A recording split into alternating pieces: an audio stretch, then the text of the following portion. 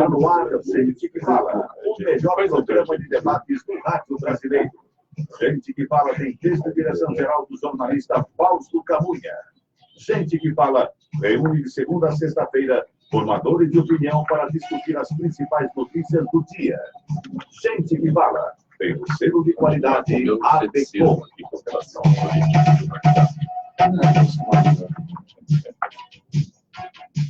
Alô, amigos, bem-vindos ao Gente que Fala. Estamos na Rádio Trianon, AM 740 São Paulo. Estamos na Rádio Universal, AM 810 Santos. Estamos no estúdio da Rádio Trianon, transmitindo pelo Instagram, @programa Gente que Fala, pela nossa fanpage, facebook.com/programa Gente que Fala. O nosso blog, gentequefala.com.br, nossos telefones 3289-3580, 5052-5555. Hoje é gente do MPD que fala, parceria do Gente que Fala com o movimento do Ministério Público Democrático, que tem apoio da ABRAID. A ABRAID é a Associação Brasileira de Importadores e Distribuidores de Produtos para a Saúde. Representando o MPD hoje, a Procuradora de Justiça, doutora Sandra Jardim. Prazer tê-la aqui, doutora Sandra. Muito obrigada, o prazer é todo meu de vir aqui conversar com convidados tão honrados e também com você, a presidência, e eu agradeço muitíssimo. Também está conosco o cientista político, advogado, doutor Marcelo Issa. Prazer ter aqui, doutor Marcelo. Uma alegria voltar ao programa Zancopé. O senhor é líder do movimento Transparência Partidária. Exatamente. Exato. Política está transparente. Mais do que no passado, Zancopé. Levantou um pouquinho só, assim, um véuzinho só. Olha, quando a gente pensa no nível de transparência no âmbito federal, estamos evoluindo bastante nos últimos 20 anos, eu diria. Especialmente depois que se promulgou a Lei de Acesso à Informação Pública. E ficamos bastante satisfeitos com a decisão da Câmara, nesta semana, de revogar o decreto que foi expedido no último dia 24 de janeiro pelo Poder Executivo Federal, que poderia, sim, implicar ou comprometer a Lei de Acesso à Informação Pública. Só cumprimentar o doutor Fernando Costa. Prazer por aqui, doutor Fernando. O prazer é meu, tá? E gostaria de parabenizar o programa pela relevância que tem, pela abrangência que tem e pela alta qualidade da discussão de temas relevantes. Dr. Fernando Costa é cardiologista do Instituto Paulista de Cardiologia, Sociedade Paulista Brasileira de Cardiologia. Para acompanhar a política, a gente tem que estar com o coração em ordem hoje em dia. Mas sempre, muito, porque as notícias de última hora pegam os corações de surpresa, né? Então, você tem que estar com o seu check-up muito adequado, porque tem certas notícias aí que levam muita gente ao pronto-socorro quando chegam. Doutor Marcelo, o senhor fez referência ao projeto que susta decreto assinado pelo vice-presidente, não é? No exercício da presidência, no último dia 24 de janeiro. Mas o senhor fala, eu acho um absurdo isso, né? O presidente sai, o outro assume no lugar dele e assina. Então, nós ficamos com dois presidentes, né? Um que estava lá em Davos e o outro que estava aqui assinando. Então, eu acho uma incoerência tão grande na nossa política, a necessidade de fazer o vice assumir, que é um... Pois é, essa é uma boa discussão. Quando não havia, no passado, as tecnologias de comunicação que hoje estão disponíveis para que, rapidamente, o presidente manifeste a sua vontade e possa fazer valer o seu poder decisório, fazia sentido, então, que o vice, na ausência do presidente, gozasse de todos os poderes para a decisão. Mas, hoje em dia, de fato, seria de se pensar nessa alternativa, ou seja, o presidente, ainda aqui fora do país, manter algumas das prerrogativas presidenciais. Parece que é uma discussão bastante pertinente. Só para ilustrar esse assunto, antes que entre na pauta corretamente, aqui em São Paulo, um prefeito, todo final de semana, ele se licenciava, o vice assumia. E aí o vice ia para as periferias e assinava um monte de benefícios para cá, para lá. O outro reassumia na segunda-feira e cancelava tudo. Então, tudo que foi feito no final de semana, e esse negócio aqui, quando o Mourão, o Hamilton Mourão, vice-presidente, no exercício da presidência assina um decreto, né, e a Câmara susta esse decreto, acho que é bem isso. Não estou excluindo os demais, por favor, doutora Sandra, nesse caso, doutor Fernando. À vontade, claro. Nesse caso que você menciona, Zancopé, da Prefeitura de São Paulo no passado, deveria haver, muito provavelmente, um acordo entre o prefeito e o vice-prefeito, porque o nível de confiança que há que existir entre um ocupante de cargo executivo e seu vice para todos os finais de semana delegar todas as prerrogativas e poderes a esse vice para que atue sem reserva, ou há muita confiança, ou esse tipo de atuação foi no passado ajustada entre essas partes. Mas no caso específico desse decreto, ele era realmente e segue sendo muito preocupante, porque, é claro, ainda é necessária a manifestação do Senado Federal para que, de fato, o decreto seja revogado. Houve apenas a revogação estabelecida pela Câmara dos Deputados. O grande problema é que o decreto aumentava significativamente a quantidade de funcionários públicos que passariam a ter a atribuição de classificar documentos como sigilosos. Hoje, de acordo com a Lei de Acesso à Informação, apenas o presidente, o vice, os ministros de Estado, os chefes de missões diplomáticas, ou seja, as altas autoridades do Estado, é que têm essa prerrogativa. A lei, de fato, permite a delegação para funcionários ocupantes de cargos também de alto escalão.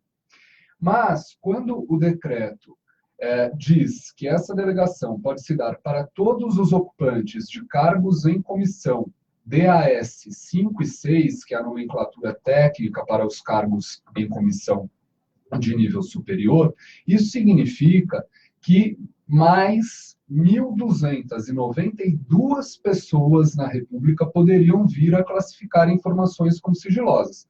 Há dois problemas aí.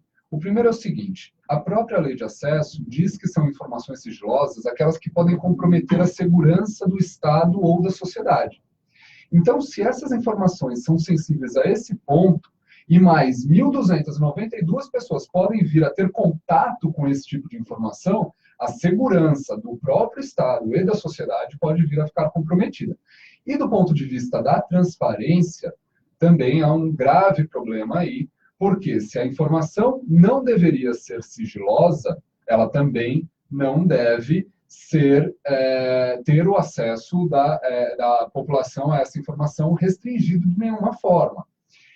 Agora, imagine um funcionário em cargo de comissão que não tem estabilidade e recebe uma delegação do seu superior hierárquico para avaliar um documento e decidir se ele deve classificá-lo como sigiloso ou não.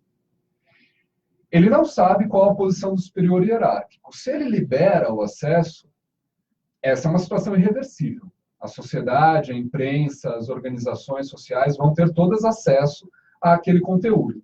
Qual é a tendência natural? Que ele decrete o sigilo, consulte o superior e depois, se for o caso, libere o documento. Então, nós certamente teremos, caso esse decreto se mantenha, caso, enfim, essa medida que foi estabelecida pelo Poder Executivo se mantenha, ou seja, caso o decreto não venha a ser de fato revogado, um aumento significativo na quantidade de documentos classificados como sigilosos.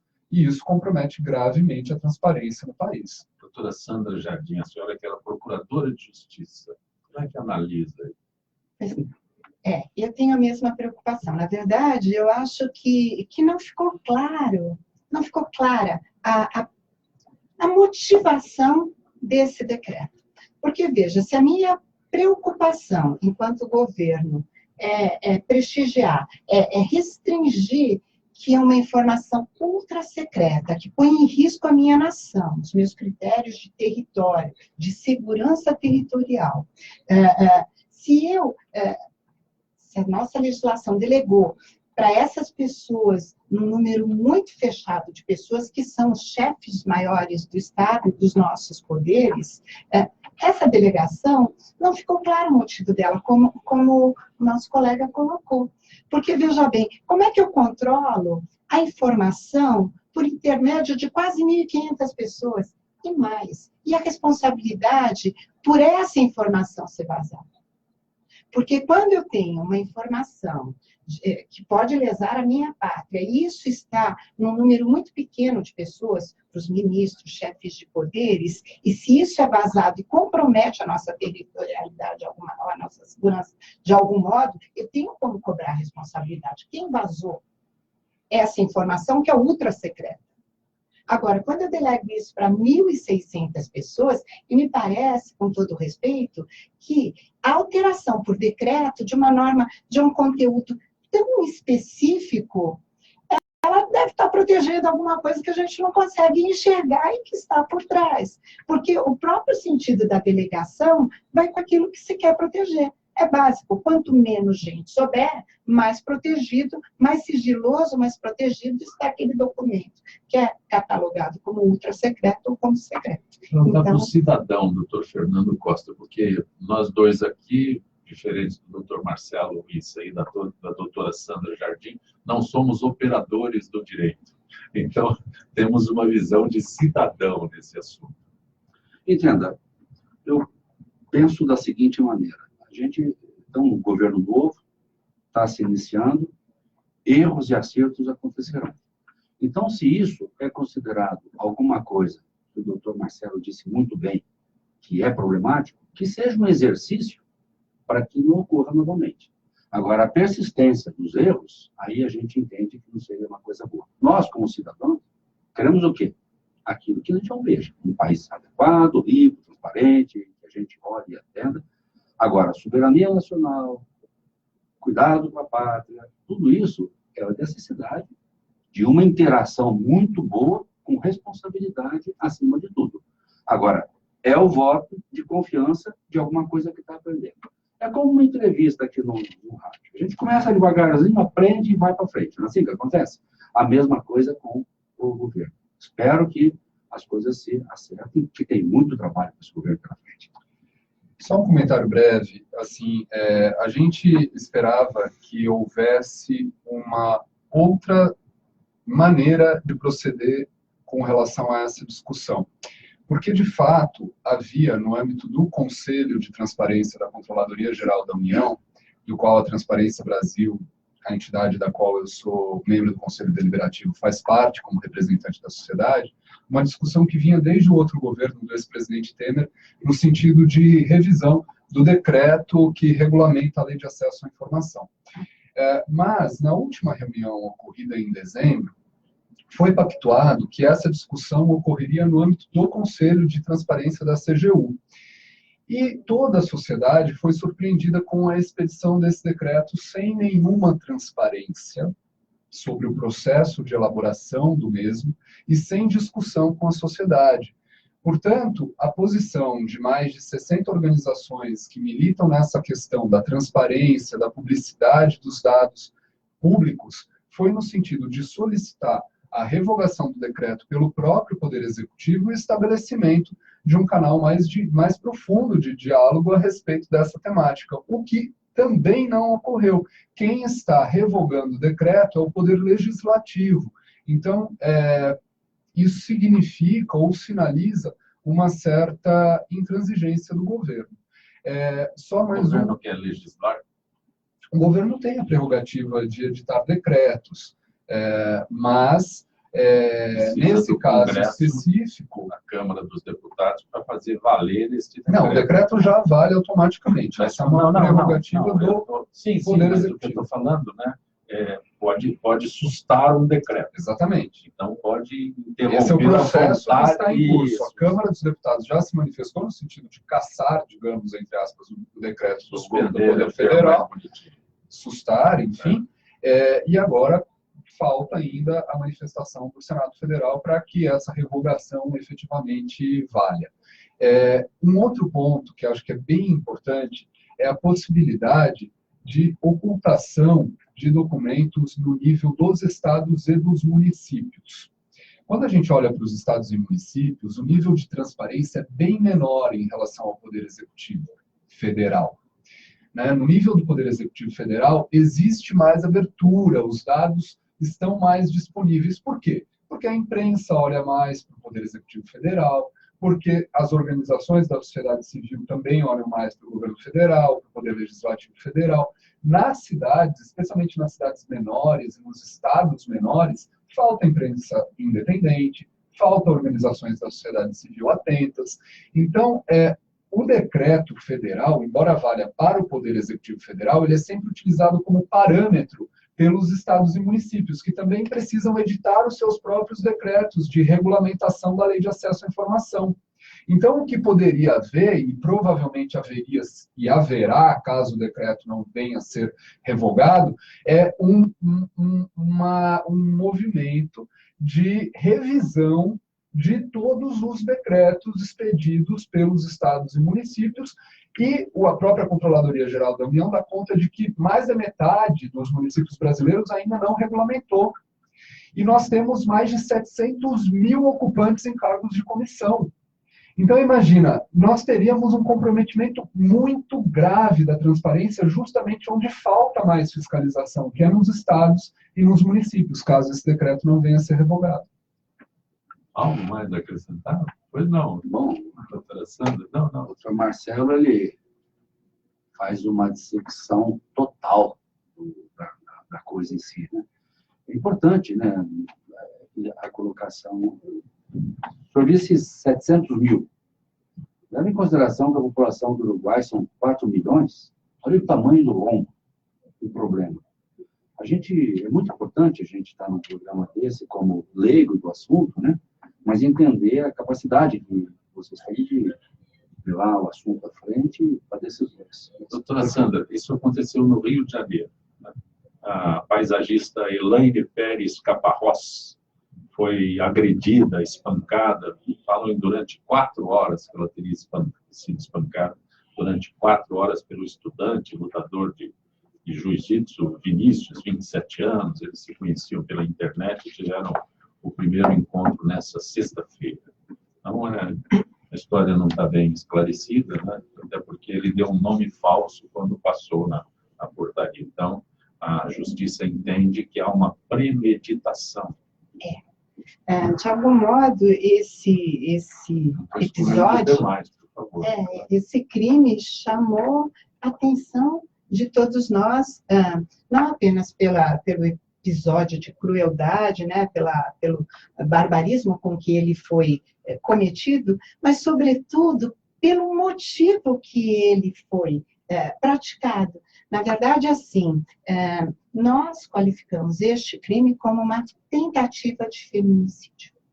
E aí vem, quando você diz assim, bom, está se apurando as circunstâncias em que ele foi praticado e se ele não seria também um crime premeditado. Me parece que ele é um crime premeditado, porque alguém que vai para um encontro aparentemente amoroso e já inicia o encontro dando um nome falso, quer dizer, isso já chama a atenção de todo mundo. Por que alguém que vai encontrar uma pessoa, né, e que estaria tão despido de qualquer segunda intenção, daria um nome falso para o porteiro? Aí ele chega no apartamento da moça, começa a se relacionar, jantam juntos, bebem, e ela diz, hoje eu estava lendo, ela disse assim, e ele começou a falar que ele queria ver filmes de terror, começou a falar de morte, de vingança, então não se sabe ainda direito, mas me pareceu ser uma pessoa muito boa, pediu para dormir lá, ele tinha bebido, eu deixei, deitou no meu ombro, estávamos dormindo abraçadinhos, e eu acordo com essa pessoa me espancando, e de repente pegando no meu pescoço, de repente querendo me matar, e me submeti a 4 horas praticamente de agressões, eu chamava por socorro e ninguém vinha em meu socorro, e aí se pergunta, o que aconteceu aqui? E ela diz, olha, eu bebi, mas não sei se ele colocou alguma coisa na minha bebida, mas eu não sei o motivo exato do porquê ele fez isso. E aí o que é interessante é que, o que é esse feminicídio? O feminicídio é matar uma mulher pela sua simples condição de ser mulher. Qual é a causa disso? A causa, na verdade, ela é uma causa que se prende a um padrão cultural. Ou seja, porque o homem, em alguma medida, se considera superior à mulher.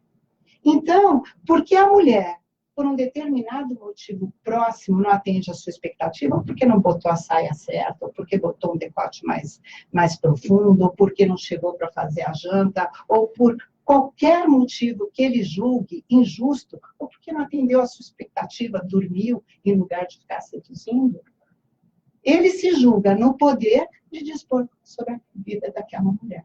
E assim ele faz. E ele termina matando, e aquilo até 2015, para a sociedade, se chamava homicídio.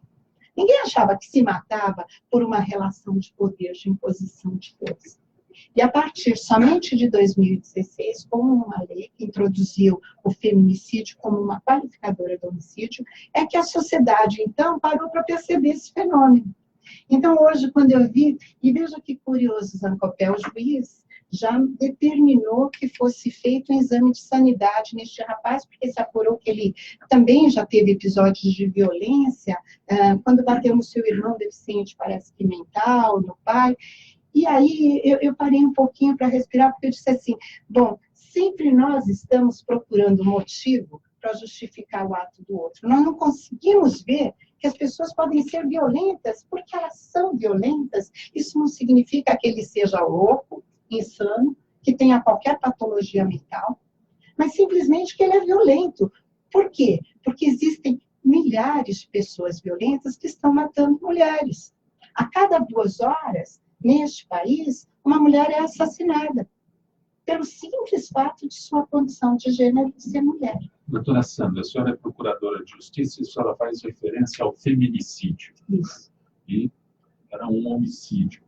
Há necessidade, com tantas leis que nós temos no país, de mais uma lei para retratar um comportamento na sociedade? Nesse caso, há.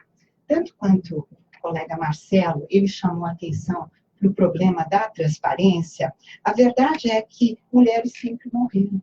E mulheres sempre morreram num número muito expressivo. Mas o que se entendia é que muitas mulheres eram assassinadas e se entendia culturalmente que isso era, de algum modo, tolerável, correto, legal, que havia lá um domínio de uma violenta emoção, porque, afinal de contas, a mulher havia feito alguma coisa. Até hoje a gente vê mulheres morrendo por apedrejamento. Por quê? Porque traíram seus maridos ou violadas sexualmente como uma forma de castigo, e a sociedade tolera. Quando, só para concluir, você traz essa qualificadora, você pega aquele fenômeno que está invisível, que é socialmente tolerável, e você traz uma luz para ele, para dizer, olha, isso é feminicídio. E a partir daí, nas delegacias de polícia, nos casos que a gente trabalha de júri, você tem um outro olhar e você consegue trazer ele da subnotificação, que os médicos veem muito isso, para a visibilidade. E você consegue, de uma forma mais precisa, ponderar os números sobre aquilo. Então, apenas para se ter uma ideia, este ano nós já tivemos 100 casos de mulheres assassinadas por seus companheiros. Este ano, em janeiro, só em janeiro. 50 dias deste ano. Só em janeiro. 100 casos. O Marcelo ia se manifestar. Não, só para fazer cor ao que a doutora Sandra está dizendo, para complementar e lembrar que essa questão cultural é tão profunda que até pouco tempo atrás vigorou no Brasil como causa de excludente de ilicitude a defesa da honra. Então, o homem que matava a mulher em defesa da sua honra, porque ela eventualmente olhou para o lado, poderia ser absolvido da acusação. Sem dúvida, sem dúvida. E só para também pontuar que, nesse caso específico, eu entendo que há, sim, indícios bastante fortes no sentido de que houve premeditação, mas também entendo que nós não devemos ser tão taxativos assim, excluindo a possibilidade de, efetivamente, o sujeito ter um problema mental. Sem dúvida, eu queria concordar então, exatamente. Na verdade, é necessário que se façam os exames. Isso. Todo tipo de pré-julgamento, ele não é correto se você não tiver os dados efetivos. Então, na verdade, eu acho que é um caso que tem de ser visto com muito cuidado, mas também é preciso que nós não mascaremos o problema, porque normalmente, eu não sei se vocês vão lembrar de um caso de um moço que entrou no cinema e atirou em todo mundo e matou um monte de gente, era um estudante de medicina. Pois bem, naquele caso, especificamente, houve uma constatação. Mas nós temos o primeiro ímpeto nosso é querer justificar a conduta do outro, porque nós nos recusamos a enxergar que o outro não é um espelho nosso. Então, nós precisamos também ter esse cuidado, porque homens matam por prepotência. Então, nós não podemos encobrir isso com uma doença quando essa doença não existir. Então, é preciso realmente ter muito cuidado, até sob pena de mascarar, toda vez que um homem matar uma mulher, ou matar uma criança, ou praticar um crime de prepotência, nós dizemos, ele era louco, porque nós vamos cair no mesmo caso da legítima defesa, quando se argumentava em defesa da honra ou da violenta emoção. Vou pedir a gentileza dos senhores para conversar. Daqui a pouco eu vou voltar a este assunto com um outro viés aqui. Zilka Fialho, boa tarde, Zilka. Boa tarde, José. Boa tarde, ouvintes e debatedores do Gente que Fala. Zilka Fialho, do Departamento de Marketing da FIPESP. Teremos a primeira caminhada de 2019. Temos novidades, Zilka? Temos sim, Zacopé. A Coordenadoria de Esportes, responsável pelo circuito das caminhadas, preparou uma novidade para as edições deste ano. Trata-se da temática escolhida para a divulgação das etapas, que serão divididas entre os 4 elementos essenciais: terra, ar, água e fogo. E quando acontecerá essa primeira caminhada? A primeira caminhada de 2019, de 5 quilômetros, será realizada no dia 16 de março, no Parque Tiqueri, na Rua Tuiuti, número 515, no Tatuapé. E o elemento terra foi o escolhido para dar início à atividade. Mas, Zilka, o associado como faz para participar? Para os associados e dependentes que tenham interesse em participar, as inscrições para essa primeira caminhada são limitadas e estarão abertas até amanhã, dia 22 de fevereiro. Vale ressaltar que familiares convidados também podem fazer parte da atividade. Além dessa caminhada, outras atividades já estão programadas? Além das caminhadas, o calendário esportivo da coordenadoria oferece diversas atividades aos associados. São elas espaços de condicionamento físico, torneios, aulas de yoga, pilates e também uma rede de academias conveniadas, atendendo os associados em todo o estado de São Paulo. E para mais informações, visite o nosso site www.afetesp.org.br. Zilka Fialho, eu agradeço mais uma vez a tua gentileza com o nosso Gente que Fala. Uma boa tarde. Boa tarde. Olha, estamos em plena temporada das chuvas. Ontem as chuvas castigaram São Paulo mesmo, né?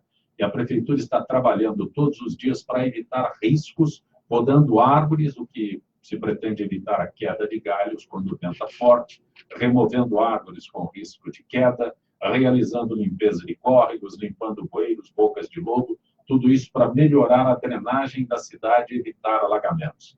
A gente também precisa fazer a nossa parte. É muito importante jogar o lixo no lixo. E quando eu falo de lixo no lixo, vai desde aquele papelzinho de bala que a gente joga na rua, até entulho, móvel, tudo. Aquele móvel velho que as pessoas não querem mais e esquecem, né? No meio da rua. O lixo é um dos maiores problemas na época de chuvas. Ele entope os bueiros e os ramais de drenagem e a água sobe para a rua mesmo. A Prefeitura de São Paulo tem mais de 100 ecopontos espalhados por todas as regiões da cidade, onde você pode fazer o descarte gratuito de pequenos volumes de entulho até sofás, guarda-roupas e outros móveis velhos, principalmente pneu. O negócio de jogar o pneu na rua é extremamente ruim. Vamos fazer a nossa parte? Para saber mais, acesse chuvasdeverão.prefeitura.sp.gov.br, Operação Chuvas de Verão, Prefeitura de São Paulo.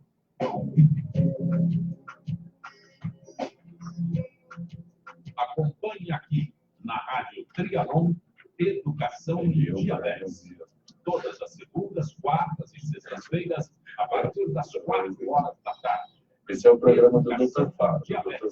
Agora também no Facebook e no Instagram. No Facebook, Associação Nacional de Atenção ao Diabetes. No Instagram, a NAD Oficial.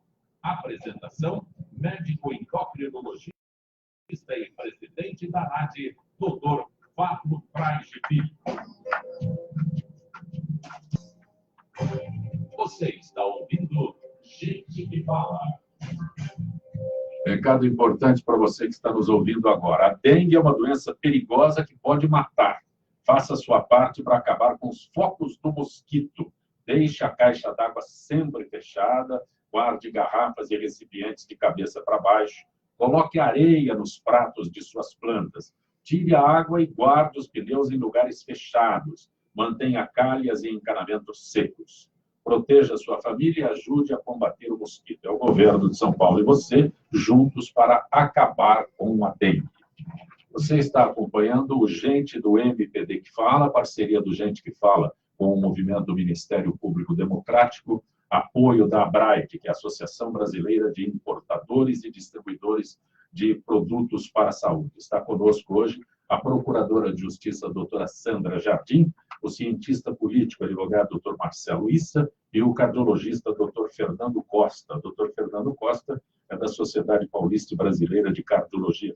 Doutor Fernando, quando eu tenho aqui a notícia de que falta medicamento para o coração, como é que é esse negócio? Eu vou procurar, eu abasteço meu carro, mas acaba a gasolina, não tenho onde abastecer de novo. É um problema muito grave e sério. A gente tem que abrir um pouquinho mais a cabeça para entender o que é a doença cardiovascular no Brasil. Nós temos, de todas as mortes que ocorrem no Brasil, todas as mortes, por todas as causas, nós temos 30% por doença cardiovascular. Então, isso se deve aos fatores de risco, qualidade de vida, falta de um tratamento adequado. E o que chama atenção são as arritmias do coração. Então, quando a gente vê uma notícia dessa, que a mildarona está em falta, a gente que é mildarona? A gente tem que explicar o que acontece. Eu nem me atrevi a falar o nome, porque eu fico atrapalhado com esses nomes. Aqui a gente é muito específico, mas vamos fazer uma avaliação um pouquinho mais adequada. Existem arritmias do coração que existem medicamentos adequados. De todos os medicamentos que são dados para o coração, a mildarona é um dos mais eficazes. Especificamente, para uma arritmia chamada fibrilação atrial, ela é fundamental.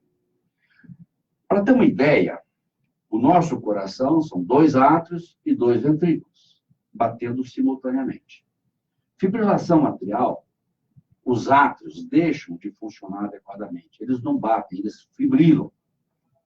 Então, se o teu coração aqui, tranquilo, está a 80 batimentos por minuto, no indivíduo que tem fibrilação atrial, esses 80, os átrios estão com 700, 800, 900 batimentos por minuto. Eles não batem. Consequentemente, dentro desses átrios, há a formação de coágulos. E esses coágulos podem ser lançados para a circulação, entopem uma artéria e causam um dano muito grave. Especificamente, esses êmbolos que são lançados na circulação, na fibrilação atrial, eles estão no caminho certo. Parece que estão GPS. Eles vão para uma artéria chamada artéria cerebral média e causa o derrame. O indivíduo fica paralítico. Então, olha o tamanho da encrenca, a falta do medicamento que controla o indivíduo que teve a fibrilação atrial e está sem. Porque quando o indivíduo tem a fibrilação atrial crônica, o tratamento é outro. É dar um anticoagulante. Outro tema, a gente pode conversar no outro momento. Mas nesse momento, é um indivíduo que está com a fibrilação atrial aguda. E quando tem a fibrilação atrial aguda, eu tenho um período para fazer esse tratamento. Doutor Fernando, o senhor é especialista, é cardiologista. Então, o senhor está descrevendo um quadro que eu, leigo, eu não entendo esse quadro. Eu só sei que eu tenho um problema de coração, né? E aí eu chego lá, não tenho medicamento. Aí eu desprezo, como todo bom brasileiro, né? Ah, não precisa, não tem, então é porque eu não preciso. Aí eu acho que é um quadro comum que acontece. Eu desisto da medicação. Posso complementar? Por favor, doutor Marcelo. Primeira pergunta, onde está faltando? E segunda, por que está faltando esse medicamento? Essa é a pergunta a ser respondida. A gente, como médico, quer o medicamento. Não tem na farmácia? Mesmo se a pessoa tiver dinheiro para comprar, não tem? Não, pode ter todo o dinheiro. Se você não tem o medicamento. É como prateleira vazia. Não é que está faltando no SUS, está faltando em qualquer lugar. Não está faltando para você, para mim, para não tem no mercado. Então, O que acontece? Absurdo é E por esse? que está faltando? O que acontece é que precisa entender esse mecanismo de compra, de liberação, a Anvisa, quem faz, para entender que não pode esperar o estoque zerar para sair correndo. Não é só esse medicamento. Esse está vindo à tona, outros já faltaram. Recentemente faltou a presolina. Ah, porque não tem a matéria-prima para fazer o medicamento. Poxa, eu sou um médico. Eu preciso do medicamento. Quem são os responsáveis? Então, aquilo que eu falei no começo, um novo governo, uma nova orientação, vamos ver a dinâmica do negócio, vamos ver a engenharia disso, para que não falte medicamento. O quadro que eu Porque a coloquei não é falta... novidade para o senhor, né? Da Não. pessoa que para de tomar, se não tem, eu não preciso. Não, imagina. Quantas vezes você vê isso na prática? Né? Esse aqui veio porque, você sabe, hoje em dia no Brasil tem 2 milhões de indivíduos com fibrilação atrial. Nesse exato momento, tem alguma pessoa em algum hospital fazendo o tratamento de uma fibrilação atrial aguda. E o senhor tem Sem alguma medicamento. suspeita de por que esteja faltando? Olha, ele não chega. O que vem para a gente é que faltou a matéria-prima, faltou a orientação, faltou a liberação. Então, isso precisa, vocês, do Ministério Público, você, orientar isso nesse sentido. Eu acho que a minha parte é fazer o tratamento e orientar as autoridades ou avisar que isso está faltando. Qual que é o mecanismo disso? E os responsáveis, compreende que depois que acontece a desgraça, aí vão entender. Mas essa pessoa que vai ficar sequelada para o resto da vida, ela não vai querer saber se você tem o medicamento agora. Ela precisou aqui, o medicamento não teve. Então é grave, é uma situação muito grave. E é uma doença, uma arritmia, que ela vai aumentando muito. Ela tem muito a ver com a idade da pessoa. Muito a ver. Então, estima-se que nós teremos de indivíduos com fibrilação atrial em 2050, cerca de 10, 12 milhões no Brasil. Paciência, é o ônus do envelhecimento. Agora, o que a gente espera como médico? Que tenha o medicamento. Senão, daqui a pouco, a gente vai ter que como entender... paciente, também espero que o Pois senhor é. possa, quando prescreve, eu tenha acesso. Compreende? Então, É a indignação do Dr. Marcelo. Onde, a como, medicação por quê? injetável, ela tem um rigor para ser aplicado. O medicamento via oral tem que ser um rigor. Você imagina um indivíduo que tem a sua arritmia controlada e necessita do medicamento, não encontra o medicamento. Ele tem a falta de medicamento, o estresse e o medo do que possa vir a acontecer. Então, é evidente que os órgãos reguladores disso têm que ter uma transparência para dizer, olha, o problema está em tal lugar. Qual é o estoque que nós temos desse medicamento no Brasil? X. Então, tem um alerta. Tem tantas coisas que são resolvidas com esse grito, por que não resolve uma coisa que tem milhares de pessoas Mal necessitadas? comparando, eu chego na lata de café, está vazia, eu falo, tenho que providenciar o café. Pois é. Ou eu vou ficar sem o café em casa. A mesma coisa, a medicação, o estoque deu o sinal de alerta lá, as autoridades devem procurar repor isso que não está acontecendo. A indignação. Doutor Marcelo, não muda nada, doutor Marcelo. Não, eu falo para o doutor Marcelo, se a gente tivesse, por exemplo, eu olho hoje, nível de água na Guarapiranga, 40 e tantos %. Não é isso? Eu sei quanto tem. Eu olho em algum lugar, está escrito tantas amildaronas no Brasil, tem estoque. Não tem? Deveria ter. Aonde conseguiria A isso? revelação do senhor é assustadora. Não, O senhor não, a Sociedade Paulista Brasileira de Cardiologia. Isso. Veja como todos os assuntos, eles se interligam. O que o doutor Fernando falou, o doutor Marcelo, você concluiu. Na verdade, é isso. Nós não temos o hábito de cobrar responsabilidade. Então, na verdade, assim, nós temos de nos antecipar. Porque se há os órgãos reguladores, eles existem exatamente para isso, para que não falte aquele medicamento que é essencial. Claro que não é um problema fácil. Por quê? Porque nós dependemos... Mas o assustador que o doutor Marcelo colocou, eu tenho dinheiro, mas eu não tenho medicamento. Então, por isso que eu ia dizer, não é um problema fácil. Muitas vezes, nós não podemos também... nós temos controles da gestão do dinheiro.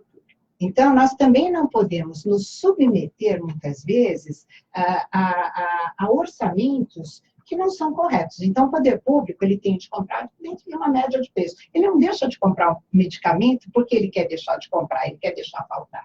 Na verdade, ele tem regras que ele também tem de obedecer. O que eu acho, ele não pode se submeter, ficar na mão de preços abusivos, mas isso também não justifica que ele se antecipe. Por quê? Porque está morrendo gente. Então, eu acho que falta mesmo é transparência. E, em razão dessa falta de transparência, quando isso acontece, tende a haver a judicialização do problema. Infelizmente, porque daí você vai lá e obtém uma liminar, e aí é obrigado a comprar com qualquer preço. Aí você gera um desequilíbrio no mercado. Mas é a única forma de você salvar vidas. Mas se eu bem entendo o que o doutor Fernando está dizendo, para usar um termo médico, o que não está sendo possível sequer é se fazer o diagnóstico da razão pela qual o medicamento está faltando. Fica muito simples, né? Não tem o medicamento. Por que que não tem o medicamento? Exato. Então, a gente, como médico, os hospitais, tem que entender qual é o caminho para ter esse posicionamento.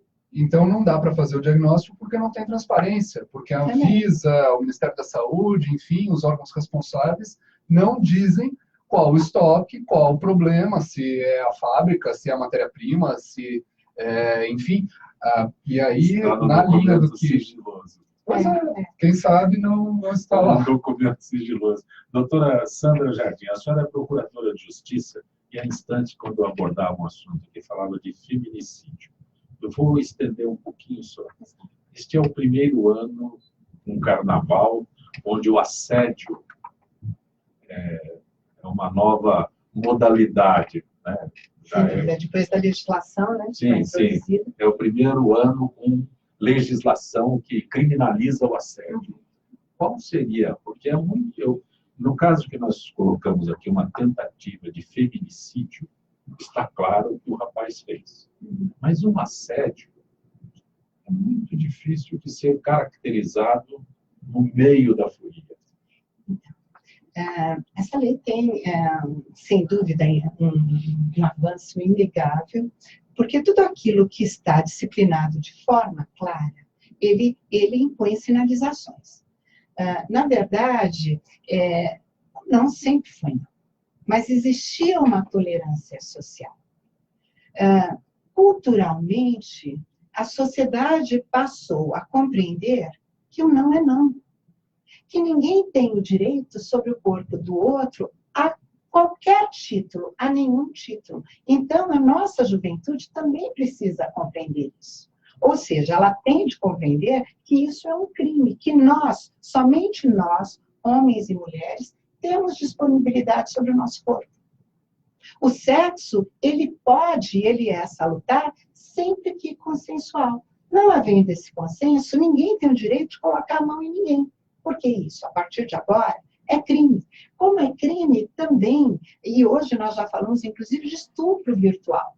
Por quê? Porque, como se falou aqui no início dessa entrevista, os modus operandi, eles vão mudando. Como se disse que o presidente hoje do hospital, ele pode continuar presidindo, como nós vimos o nosso presidente, recentemente, o presidente por WhatsApp, sem que o vice viesse a assumir, nós estamos vendo outras modalidades de crime também pela internet. Hoje nós já temos configurado hipóteses de estupro virtual, onde a mulher ela é abusada na sua sexualidade por intermédio de uma coação que ela é feita pela internet. Então, são práticas que nós não toleramos mais. Esse ano, o Ministério Público vai intervir, já teve uma comunicação em todas as esferas de atuação de poder de polícia aqui em São Paulo. Houve uma conversa muito boa entre o Ministério Público e a Guarda Municipal, e a Polícia Metropolitana, a Polícia Militar. Todos vão atuar juntos no sentido mesmo de coibir que esse tipo de assédio sexual aconteça. Agora, evidentemente que todo mundo sabe que sexo, paquera, tem de ser consensual, tá na ideia de todo mundo. Você não precisa dizer que colocar a mão numa mulher que sexualizar sem que ela queira é assédio sexual e não é tolerável pela nossa legislação. Um registro está circulando pelas redes sociais que essas casas noturnas estão afixando um cartaz lá. Se você está sendo assediada, está sendo incomodada, dirija-se ao bar e peça ao garçom um La Penha. É o sinônimo de que a segurança do local vai cuidar vai tomar uma atitude. Eu acho isso fantástico, o início e que deve ser divulgado. Alguém que chegue no balcão e peça um La Penha é a senha para que a segurança do local proteja aquela pessoa, aquela moça que está sendo molestada. Para a gente ver como é cultural. Então, quando a ideia ela é comprada pela sociedade, a sociedade em conjunto ela passa a buscar soluções consensuais que não permitam que aquilo aconteça mais. Doutor Marcelo Issa, o senhor que é do movimento Transparência Partidária, Transparência Brasil, Transparência Partidária, não é? Partidária Brasil? Eu sou conselheiro da Transparência Brasil e diretor executivo do Transparência Partidária. Quando o ministro Sérgio Moro separa a criminalização de Caixa 2 do restante do pacote, qual a análise que o senhor faz?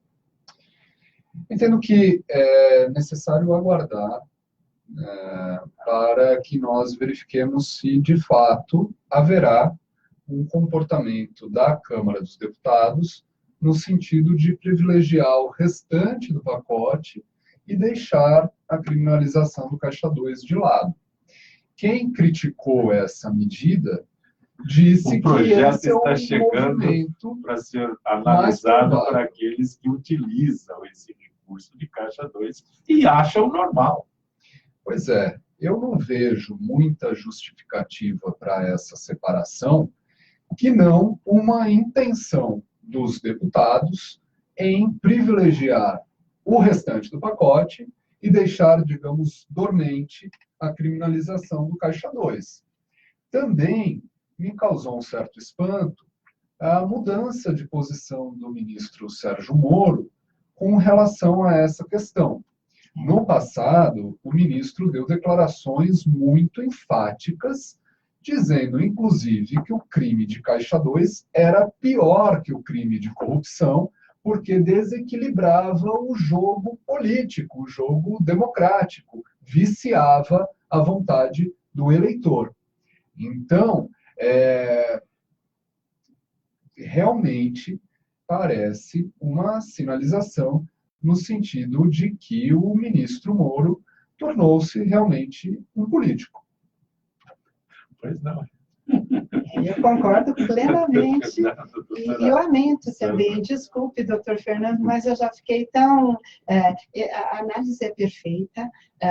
Realmente, o que se esperava é que... veja, o pacote, no meu modo de ver, ele contém coisas boas e coisas que não são boas. E coisas que foram colocadas lá para inglês ver. Vamos falar claramente. A gente que é da justiça já discute diariamente isso. Se é necessário trânsito em julgados, segundo grau basta, efetivação da justiça, direito de inocência constitucionalmente apurado, tudo isso já estava aí. Ela não trouxe novidade. Legítima defesa. Agora, a legítima defesa é algo que não dá para ninguém aceitar. A legítima defesa, ela sempre existiu como um instituto necessário, irretocável. Dos institutos que nós temos no direito pátrio, a legítima defesa é um daqueles que nunca sofreu qualquer tipo de crítica ou questionamento. E nós já temos severas dificuldades para condenarmos os policiais arbitrários que nós temos aos montes na nossa nação. Então, nós não precisávamos de uma norma desse conteúdo dizendo que o cidadão, por medo, pode matar alguém, porque ele pode matar o nosso filho e o filho do outro. Então, o pacote traz coisas panfletárias, traz coisas importantes. A barganha, o judiciário não aguenta mais esse volume de processos que são levados, mas coisas que precisam ser discutidas com profundidade, com a sociedade, e não com pressa, porque não vai resolver nada. Isso que a senhora chama de, para inglês ver, também pode ser chamado de demagogia. E a gente tem visto realmente uma... O ministro aprendeu a ser político e jogar para a torcida rapidamente. É o que tudo indica. E é uma proliferação de manifestações demagógicas, né? Retomando a discussão a respeito do feminicídio, também me causou muita preocupação a declaração do senador Flávio Bolsonaro, no sentido de que se a senhora que foi violentada possuísse uma arma em casa, certamente, sem sombra de dúvidas, isso não teria ocorrido. Ora, não seria possível também que a arma provocasse não a sobrevivência dela, mas justamente a morte dessa senhora? Então, esse tipo de declaração tão radical, tão enfática e superficial é muito preocupante que esteja ocorrendo nessa dimensão, nessa quantidade, nessa intensidade. Esse dado que o Marcelo trouxe, o senhor que é médico deve ter contato, é um dado alarmante, porque no ano passado nós tivemos mais de 4.700 episódios de assassinatos de mulheres, portanto, de feminicídio, dos quais mais de 50% foram cometidos com arma de fogo. É evidente que a arma de fogo, ela prolifera a violência. Então, na verdade, nós temos essa preocupação e é realmente preocupante um senador do Estado, um político de importância, manifestar esse tipo... Claro, ele já manifestou, a gente não pode dizer, todo mundo que elegeu o presidente sabia que ele pensava assim. Não é o meu pensamento. Não é o meu pensamento, até porque eu tenho porte de arma, nunca usei arma, não recebi um treinamento para isso. Exercício da profissão. Sim, pelo meu exercício da minha profissão. Quando eu me torno promotora de justiça, eu recebo uma carteira funcional que me dá o direito de andar armada. E se eu for andar armada e ter uma arma, vai ser por minha própria, sob meu próprio ônus, porque eu não recebo treinamento nenhum do Estado. E a questão que nós temos de perquerir é se esse pacote de medidas também, em alguma medida, não está isentando o Estado de profissionalizar os seus policiais. Porque hoje, um cidadão ganha R$2.000, R$2.500, ele tem lá um treinamento de 90 dias, de 90 dias entregam para ele uma arma na mão e um treinamento que engloba não só o atirar, aprender a atirar, manusear uma arma, mas outras searas, né, da vida que ele vai atuar, e ele sai com uma arma dali para prender um bandido.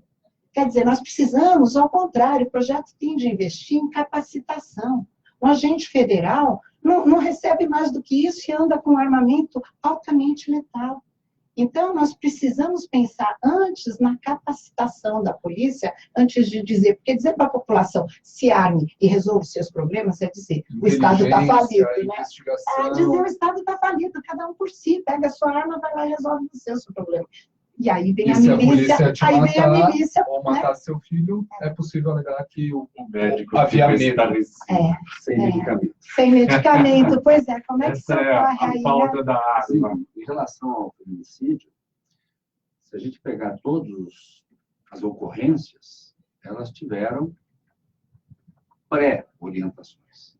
Então, para a mulher que precisa, nessa sociedade, de um tratamento um pouquinho diferenciado, quando eu falo um pouquinho, é no genérico, muito mais diferenciado, afinal de contas, basta olhar a mãe da gente, né? Nós somos filhos de uma mulher.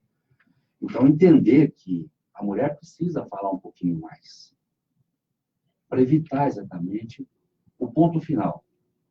Então, hoje em dia, a gente percebe que muitas mulheres que são espancadas, que são maltratadas, começam a falar, começam a procurar órgãos que a protejam. Mas isso é a minoria. A maioria não procura. A sociedade parece que ainda sufoca a mulher. Então, é muito importante que a mulher que esteja ouvindo, ela entenda que ela pode ser a próxima vítima, fatal. Doutor Fernando, o senhor me permite só um pouquinho disso, duas coisas que eu queria tratar bem rapidamente. Primeiro é isso. É tão subvertido o valor que a mulher não procura porque ela sabe que não vão acreditar na palavra dela. Ou ela imagina que culturalmente, como o homem sempre teve a razão, ela deu mole. Ela chamou no apartamento, eu ouvi isso. Que incauta, como é que levou para dentro da casa dela? Ela é julgada. E neste julgamento, ela já entra perdendo. Por isso que ela diz, eu vou lá, o juiz não vai acreditar na minha palavra, o promotor também não, o delegado também não. Vão dizer que eu que dei mole, no vulgo, na linguagem mesmo popular. Então, ela se fecha. E, além disso, um outro dado que me chamou a atenção, foi dito por uma colega minha, é verdade, os vizinhos ouviram gritos e não fizeram nada. Por quê? Um dos vizinhos é que se manifestou, mas depois de muito tempo. E aí acionou, acho que o zelador, porque ele disse assim, em briga de marido e mulher não se mete a colher. Como não, meu Deus? Uma pessoa está morrendo ali. Em qualquer briga se mete a colher o tempo todo. Porque senão nós não vamos ter uma sociedade razoável, minimamente solidária. Doutor Marcelo Issa, está faltando um minutinho, eu gostaria que o senhor fizesse uma análise rápida. Nós temos o presidente Bolsonaro tomou posse dia 1º de janeiro, deputados federais e estaduais, deputados federais e senadores dia 1º de fevereiro, e os deputados estaduais ainda não tomaram posse em São Paulo. Esse descompasso. Não há transparência que resolva. Essa questão do calendário eleitoral, ela é, eu diria, até menos relevante, porque, embora seria bastante benéfico que houvesse uma compatibilização maior entre as datas, em primeiro lugar, festivas, não é? Porque não faz sentido, acho que o Brasil, muito provavelmente, é o único, se não faz parte de um pequeno grupo de países que estabelece como data da posse o dia 1º de janeiro do presidente da República. Isso certamente causa uma série de dificuldades para que comitivas internacionais compareçam, ou que os próprios governadores prestigiem a posse do presidente. Enfim, agora, quando se estabelece uma quantidade de tempo razoável durante o ano, para que o mandatário trabalhe de fato, isso significa encurtar ou rever os longos recessos do Poder Legislativo, aí sim eu entendo que nós estamos tratando de algo mais substantivo. Agora, se começa em 1º de fevereiro e termina em 30 de agosto, ou se começa em 1º de janeiro e termina em 30 de julho, me parece menos relevante. Pois não, doutor.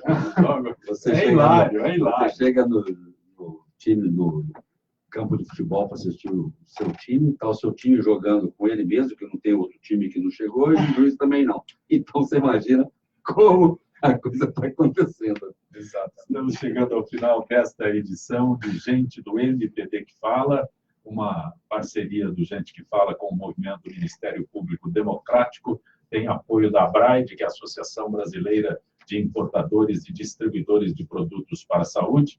O MPD hoje é representado pela Procuradora de Justiça, doutora Sandra Jardim, participando também conosco o cientista político, advogado doutor Marcelo Issa, do Movimento Transparência Partidária, e o cardiologista doutor Fernando Costa, que é diretor do Instituto Paulista de Cardiologia e também da Sociedade Paulista e Brasileira de Cardiologia. Final desta edição de Gente que Fala, hoje comemorando o aniversário do Pedro Schiavon. Estaremos de volta amanhã, sempre com a direção do jornalista Fausto Camunha. Gratos, até lá.